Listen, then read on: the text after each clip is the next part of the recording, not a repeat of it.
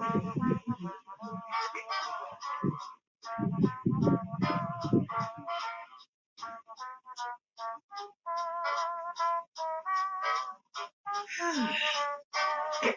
hello. I see four. Let's see. Hello, hello, hello. Um, can you hear me? Yeah, it looks like you can. Hold on a second.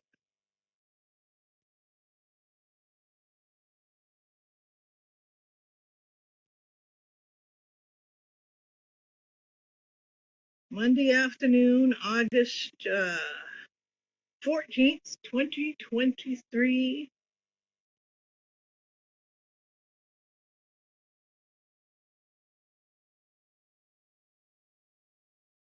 Denise Matto here, live streaming.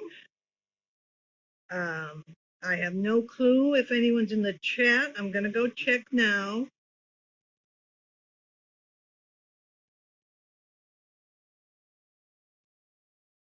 All right. Says we're live. 8 watching.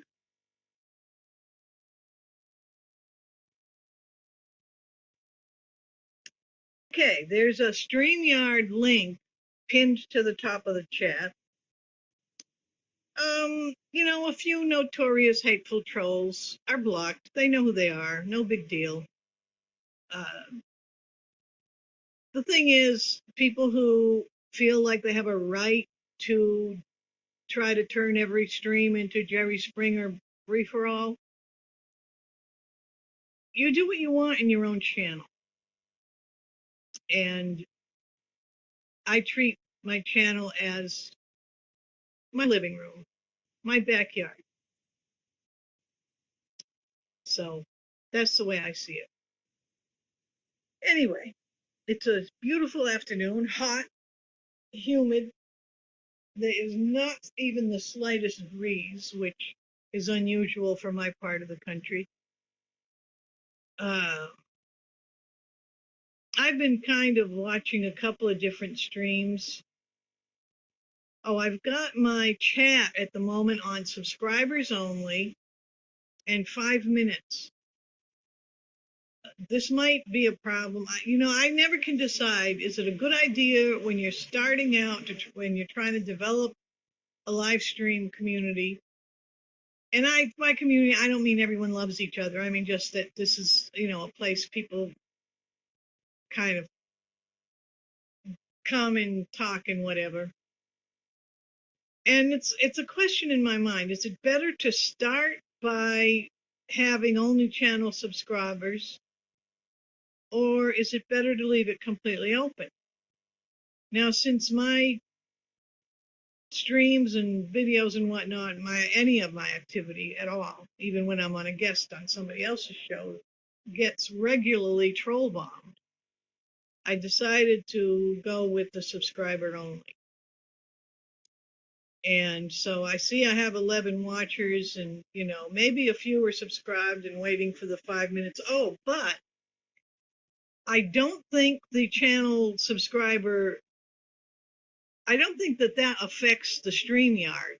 Okay, so you might not be able to chat in the chat room unless you're already subscribed, but you could still click the StreamYard, and then I will see that you're in the dungeon, as they say.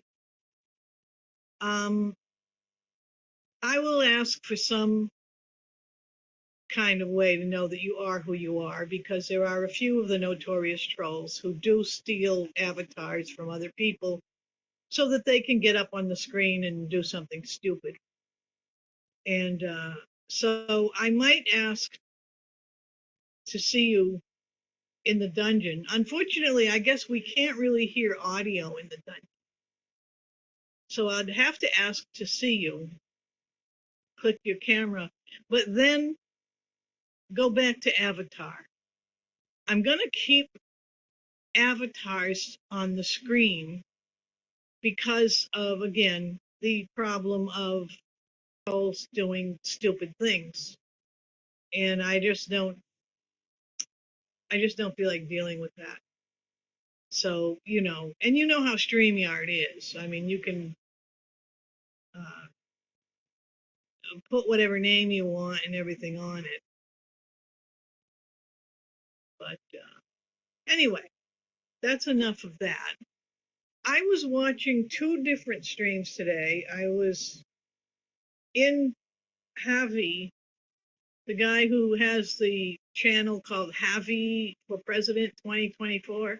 I have no idea if the guy's actually running for president or if that's a LARP, whatever. And I have no idea if I would ever support him. I have no clue. So, but he does have. He seems to be starting out with live streams. He doesn't have a whole lot on his channel, but he does have some interesting discussions. And so I was listening for a while today. And then I was also listening to a replay of another guy who seems fairly new to the scene, a guy who uses the name Jedi. And Javi shows, I don't know if he has a real focus beyond that he shows up in the predator catcher community. Jedi has a focus on the Isaac Cappy case, the suspicious suicide of the actor Isaac Cappy, which I think was 2018 or 2019, a few years ago. And it's interesting because at first, everyone who was talking about it was drama queens and conspiracies, and it was all a mess. And I personally, I wasn't really aware of Isaac Cappy. I wasn't following. He was appearing on the Lift the Veil channel. That would be Nathan Stoltman's channel. And I had watched a few episodes of Nathan Stoltman back when I was also watching a few episodes of some of these other people who all seem to be part of the same pocket, as they say. But I had stopped watching Lift the Veil by the time Isaac Cappy was on. And I wasn't really interested. Okay, LARP Busters is in the chat. Hi. There might be people that I have blocked. And now, LARP Busters, are you in the chat or in the stream? No, you're in the regular chat. Okay. Anyway, I'm pretty sure that the only people I have blocked are the ones I'm going to leave blocked. But yeah, well, see, that's the thing, LARP. And actually, do you want to come up, LARP? So that we can, because I have to keep looking over and trying to read let me see, can I put this in? Comments. Okay. Here we go. There. Well, as I say, I had already stopped watching Nathan Stoltman because I had no reason to watch him. The first time I saw him actually was related to me because I had naively provided copies of an email. I have several emails I had received. And I didn't know anything about who Defanga was or who any of these people were. I thought it was all very interesting. See, a lot of people don't realize the first wave of what they call the QAnon thing, and they blame all the activity and the ballooning channels with all of a sudden all these subscribers and everything. They blame it all on the QAnon phenomenon. Actually, some of that would have happened anyway, because there was a major exodus of boomers from Facebook at the same time as this little crew of puzzle gamers and political, I guess I'll call them cyber activists, the people who were doing Shadowbox, and Shadowbox wasn't the only company like that. people who were just figuring out how to use the internet to manipulate public opinion. Alongside all of that, there was this exodus of boomers from Facebook because Facebook in 2016 was not only throttling back political postings that it didn't like, particularly any Trump supporting postings, but it had actually started to interfere in the personal friendship networks, which really upset people. And so anyway, there was this major exodus. Now, boomers, for the most part, were not looking for places where they had to do a whole lot of tech to be able to be active. And that's my major objection to some of these alternative platforms like, Rumble and Locals and DLive and Vimeo and all these others. None of them are as user friendly or boomer friendly as YouTube. And so boomers found that YouTube was a place where we could be comfortable with more traditional human face-to-face interactions. So then you add basically the great marketing structure, which is what it was, of the Q thing. I mean, separate from the political propaganda content, the fact is it was one of the first successful, or one of the most prominent successful manipulations of social media. And you had all these channels that suddenly grew. And then, of course, the rest happened. But anyway, it was in that wave of boomer exodus into YouTube that I started activating my neglected YouTube channel. I had an old channel going back to before my daughter died. And I started to activate it.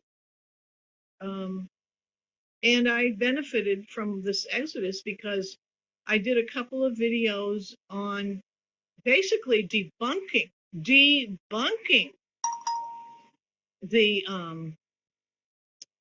Q stuff, some of it.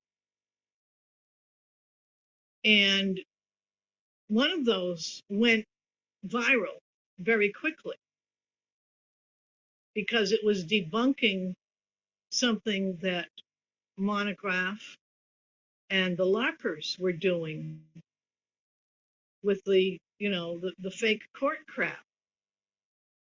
And I showed a court document that they were saying was an indictment, and they were going on, the Jordan Sather, all that whole bunch that were really a big part of the Q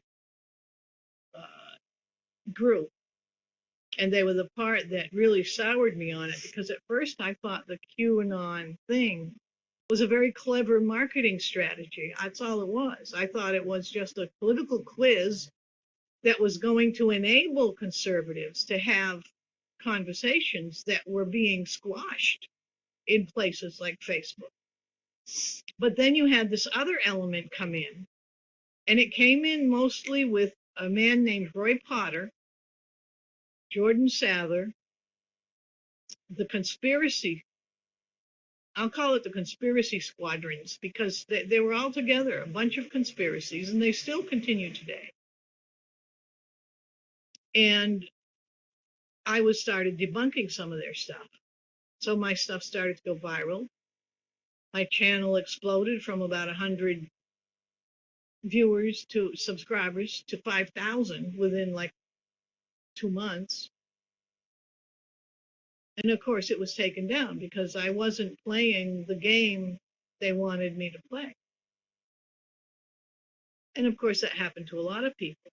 But now there seems to be a second wave of interest in some of the same topics that were poisoned during that initial stage. The years that I'm describing with Q are 2016 to 2017. because my channel, the whole Q thing, I was looking at it in December 2016, maybe a little bit later than that. I don't know. Anyway, I was active in December 2016. And then over the course of 2017, the whole Q thing kind of rolled out. And then the whole infighting and splitting came about. And that's when I started to see a lot of the people that are very active today that have been obsessively active on the same topics day in and day out from 2017 to 2023, 6 years. And there's a small cluster of dedicated activists who just don't let go of that stuff. And it faded out for a while. Only the few dedicated activists kept going. And now there seems to be a new wave. There are these newbies coming in, people like this guy Jedi, who are asking questions. And the thing that Jedi has that people early on didn't have is now Jedi can go through all the old streams that are still up. Some of them are hidden away in little back channels and alternative platforms, and others are just still up where they always were. Or if you get to know the right people, they have a lot of stuff archived, and you can, if you cozy up to the right people, you can dig into that, and you can start putting the history together. There have been a few major mainstream media forays into the topic, particularly around Isaac Cappy. So Jedi has the benefit that he can start digging around in much richer soil than the people who were there at the time that Isaac Cappy happened. And as I say, I wasn't following it, not because I don't have a concern about the pedo rings that Cappy was apparently trying to expose. I have a very deep concern about that stuff. I was looking at a different side of it. Okay, we got a troll. Okay, troll away. I was looking at a different side of it. I wasn't looking at the media side. I was talking about the actual development of pedophilia rings inside the Catholic Church. I'm from not just a Catholic family, but some very inside circle Catholics. Okay. And I started to talk, and not just inside the Catholic Church, because when you're from Massachusetts, the Catholic Church has a lot more to do with street level politics than if you're down in the Bible Belt. Okay. And I started to talk about the actual developmental history. And of course, that really upset some people. So my channel was crowdstruck. And then I started over again, and that channel, actually, they tried to CrowdStrike it, but by that time, they weren't able to, except that they got Gabe Hoffman, who I had identified as a major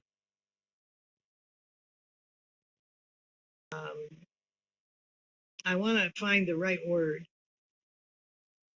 a major meddler, put it that way, in anybody, in any project that has any potential of shedding light on the actual structure and mechanics of the pedophile networks,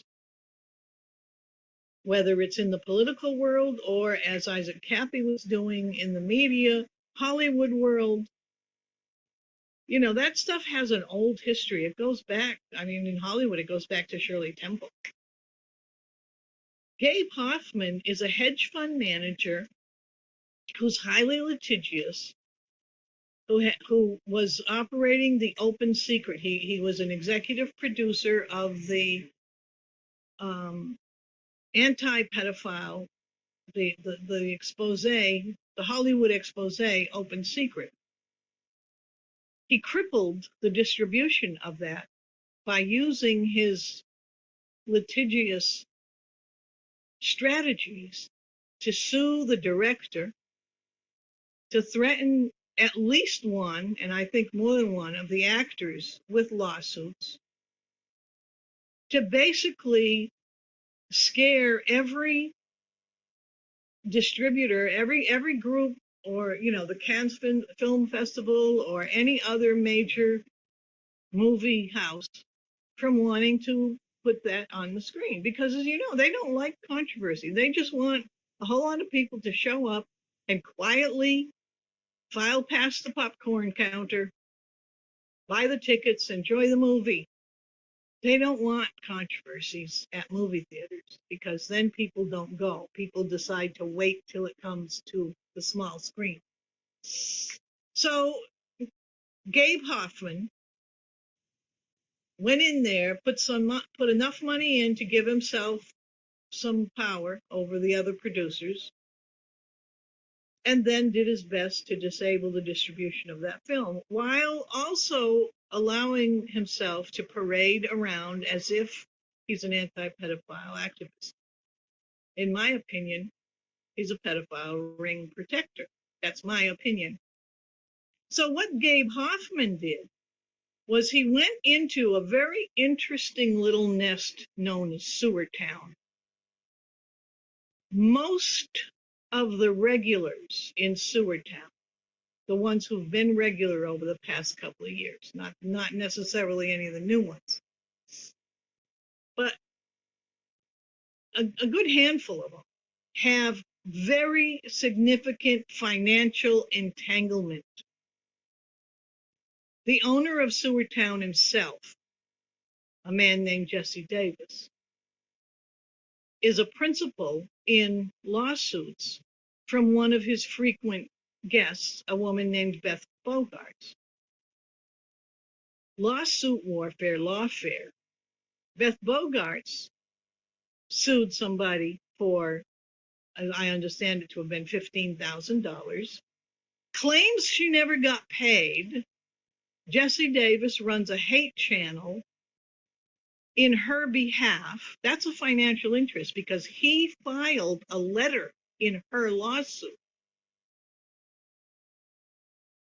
Both of them have been accused of perjury in that very lawsuit, yet it was a civil suit.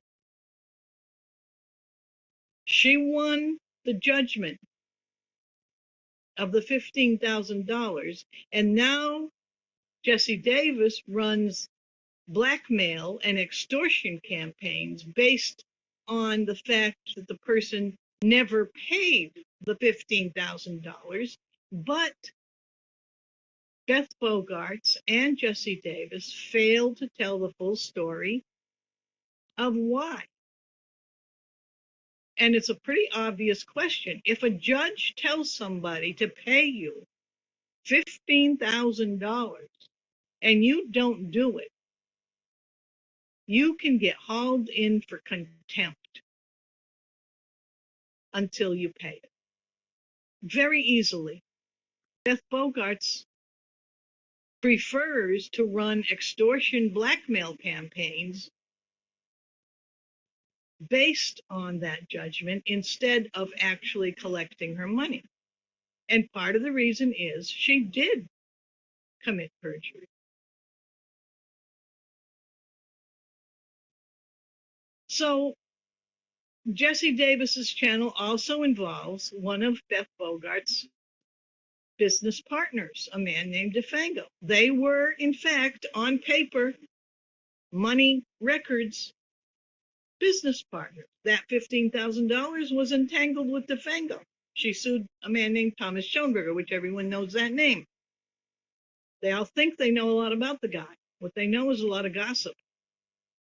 And he doesn't help because he likes to play little games. He likes to play troll games. So what? Look at the people in my chat. That's life on the internet. Jesse Davis and his wife were actually involved in trying to be part of that business. Thomas Schoenberger was one of the partners who was being set up as a scapegoat. They ended up in these lawsuits. Thomas walked away without paying them a cent. And nobody has filed a complaint against him for contempt.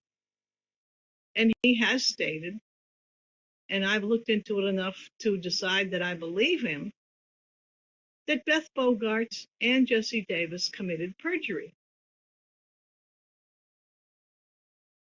He submitted information to the court for the court to have decided that this is how it actually goes. The court decided that yes, Beth Bogarts had the right to ask for her money back. Thomas Schoenberger argued that she had her money back.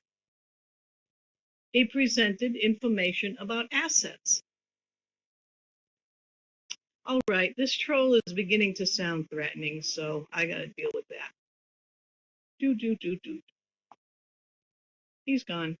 He'll come back with something else. I don't really want to block trolls because I know they just come back with a sock.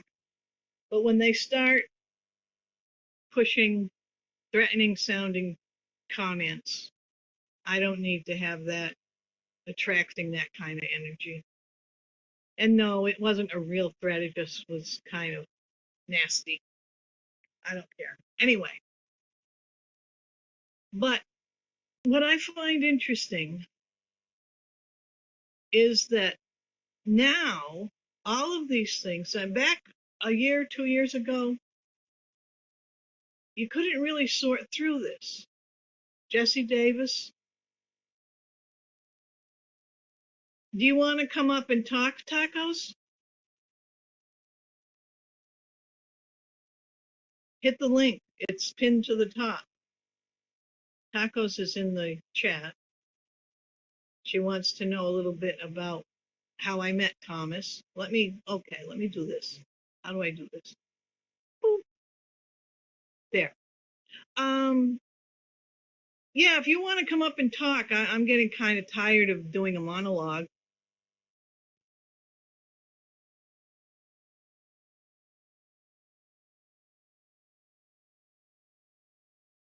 Let me see. The problem is I'm using two phones instead of one computer screen.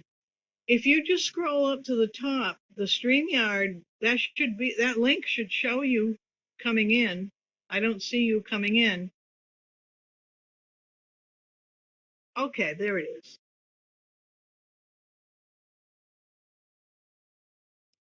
Okay, Sugar, can you just show me your face for a second? No, you don't like to do it. I know your voice well enough. If it's not you, I'll boot you, whoever it is. Let me see. How do I do this? Add to stream. Hey, it's me. I have tape over. Okay. Oh, there, you're here. yep. All right. Can you turn your voice up a little bit? Yeah, I'm gonna keep talking for a second. Can you hear me okay? I can't hear you so well, but I'm not sure. I might be just as quiet. You've said that with other guests too, so maybe it's a sound setting on your end. No, this sounds good to me. Does it sound good to people in the chat?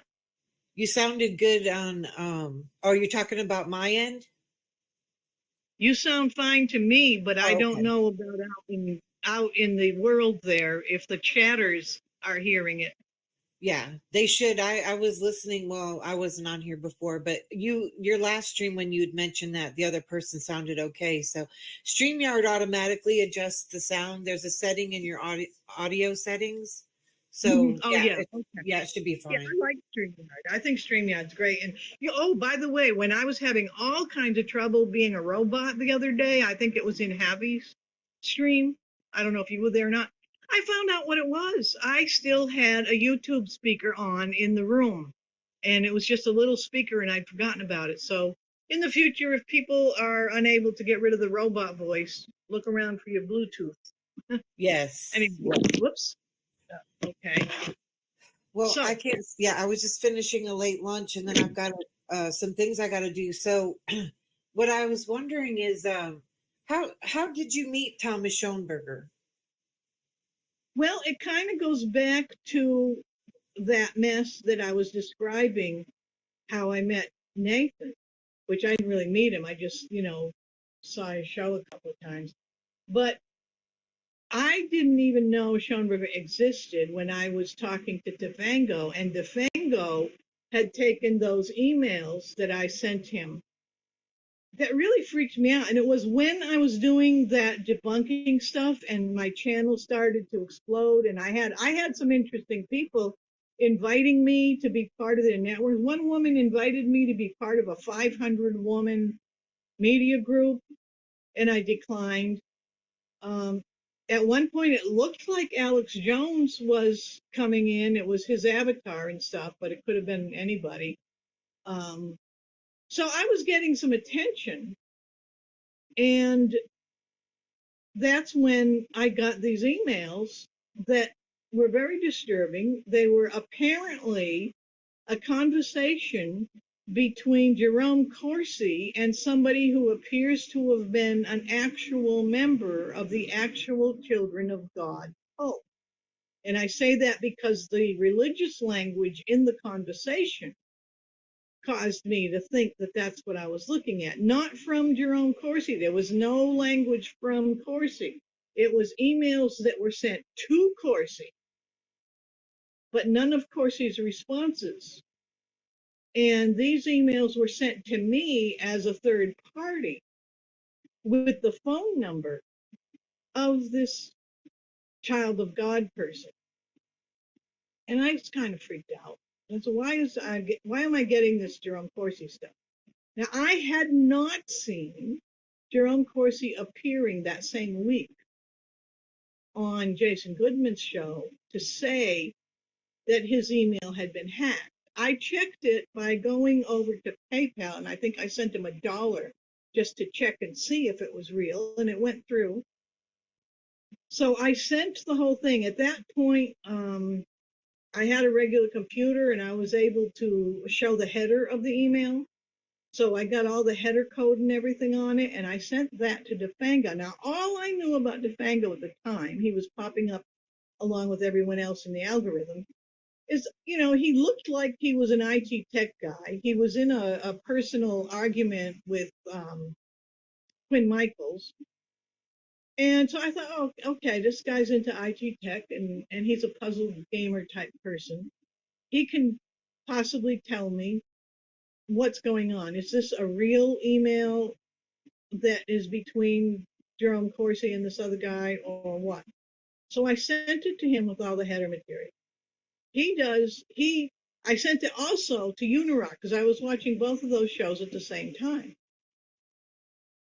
And